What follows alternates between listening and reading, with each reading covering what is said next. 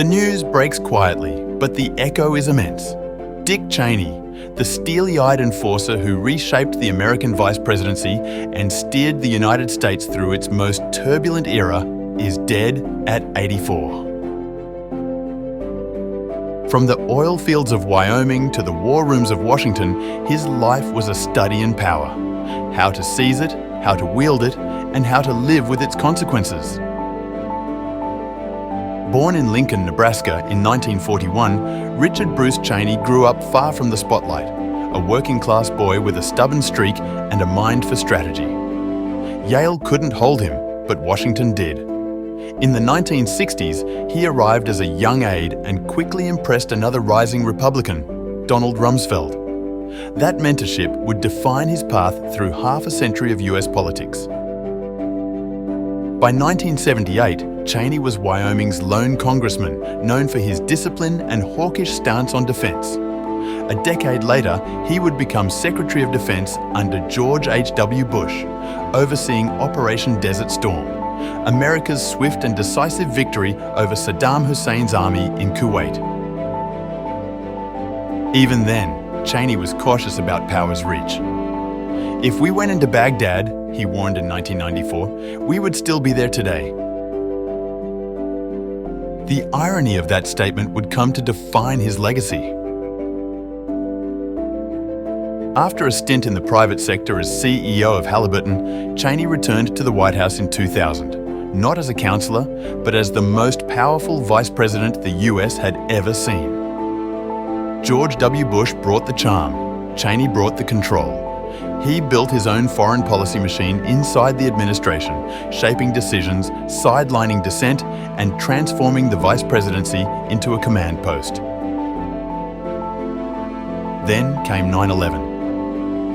In the chaos of that day, Cheney was in the White House bunker, calm, calculating, issuing shoot-down orders for hijacked planes.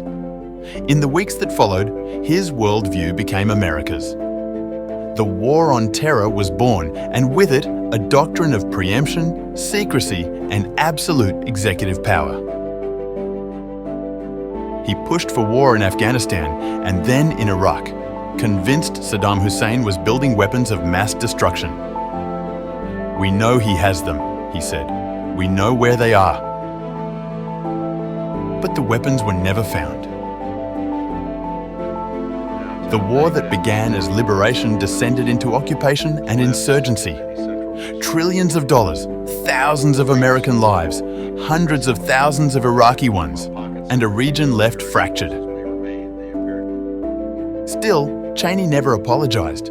To him, it was necessary, the hard cost of keeping America safe. He defended enhanced interrogation techniques, what the world called torture, as lawful tools of defense. He expanded surveillance, pushed for indefinite detention, and argued that in war, the presidency must be unbound. For his critics, he was Darth Vader, the dark force behind the throne. For his supporters, he was the man who did what had to be done. Cheney's body, like his nation, bore the scars of his choices. Multiple heart attacks, a heart transplant in 2012, and yet he remained unyielding.